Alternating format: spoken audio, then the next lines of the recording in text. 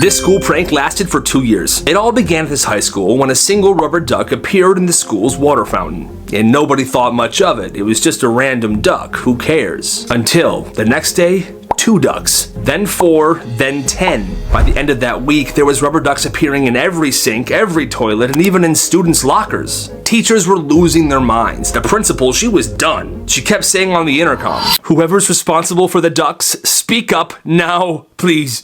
Silence. Nobody confessed. So they gave up. They figured it would eventually sizzle out. But here's the thing, it never stopped. For 2 years, rubber ducks would randomly appear in the craziest of places. Ceiling tiles, inside the vending machines, somehow. One duck even appeared in the vice principal's car. It became a legend till this senior year. It was graduation. The principal was giving her speech when suddenly a banner dropped down. What was on the banner? A single rubber duck. This kid walked to the front of the stage and said, "It was me.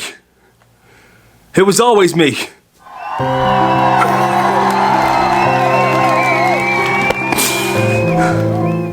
Interesting facts about lucid dreams. Lucid dreaming is when you are in a dream and you know that you're in a dream. You can control it and do whatever you want, like literally. I taught myself how to do it when I was younger and it is awesome. Did you know that time moves slower when you were in a dream? One person apparently lived a lifetime in a lucid dream. She said it felt like she was in there for 100 years. And she wasn't stuck, she said. She said it was epic, but it only actually happened over the course of a night.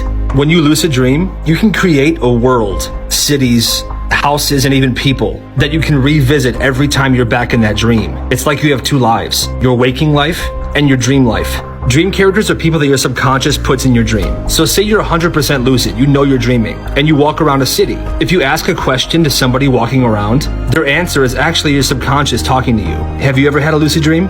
What my old carnival job taught me about carnivals, part 3. Don't get me frickin' started on the pick a duck game. Y'all know this, right? You pick up a duck, you flip it over, and it'll tell you if you want a small, medium, or large prize. Well, where I worked, every single one of the ducks was a small prize duck. We didn't put any large prize ducks in there, but they would give us a large prize duck to put in our pocket. Just in case someone asked us, "Do you guys even have any large prize ducks in here?" Then we'd be all sneaky. As we're flipping them over, we'd toss the duck in there and be like, "Yeah, see, there's one right here." Shady stuff. Exposing carnival games, part 18. Here's some more tips for you. For ladder climb, don't climb up using the prongs in the middle. Go up only using the ropes on the side. That should make it 10 times easier for you. Basketball. When I worked at a carnival, my boss would overinflate the balls to make them more bouncy. One time a kid brought his own basketball. Same kind, but not overinflated. I had to let him use it, and he won. Follow for more secrets. Most dangerous toys of all time, part 29. This is Flubber. It was a gooey slime popular in the 1960s, but they recalled it and stopped making it because there were thousands of reports of kids getting severe rashes and sore throats caused by Flubber. It is said that today, all the leftover Flubber is buried behind a warehouse because it won't burn and they can't drop it in the ocean. Most dangerous toys of all time, part 12. These are snap bracelets. They were a very popular trend in the 90s. So popular, in fact, that a bunch of companies started selling knockoff versions of these. But the knockoff versions were banned because they were made so cheap they would slice right into a person's wrist. The Krabby Patty secret formula is whale. Hear me out. When a whale dies, it sinks to the bottom of the ocean floor. It can sustain an entire ecosystem for years. Mr. Krabs is a crab, and crabs are scavengers. So he stumbled upon this dead whale, and he realized it would be an excellent business opportunity. But near the carcass, he found Pearl. He might have felt guilty for using her dead mom's meat, so he adopted her. Or maybe his intentions were darker, much darker. Maybe he knew he would eventually run out of whale meat, and so he's raising Pearl. So when she's big enough, she will replace her mom as the secret formula. And he keeps it a secret, because if she finds out, it's bye-bye Krusty Krab. Things my old carnival job taught me about carnivals. The games are frickin' rigged.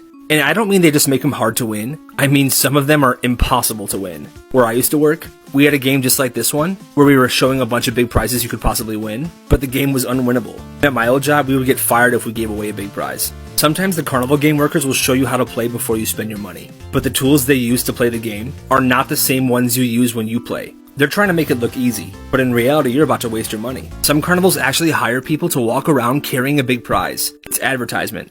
People see it and they want to win one, so they head over to the games and spend their money.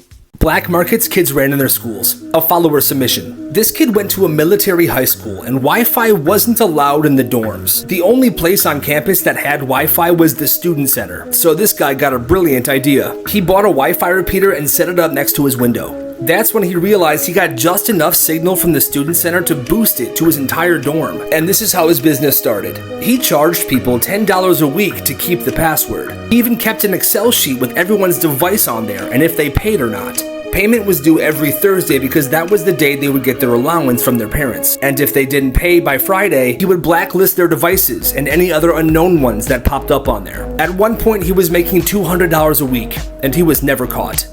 Proof that carnivals really only want your money. I've been giving you tips and tricks to win all the carnival games because I used to work at one and they're mostly rigged. Well, every so often someone comes and plays and just wins every game. They've done their research, they've practiced, they've studied, and they know how to beat the system. Where I used to work, we had a list of people and pictures from the security cameras that are not allowed to play any games. They're banned because they knew they couldn't trick these people. So they want you to lose.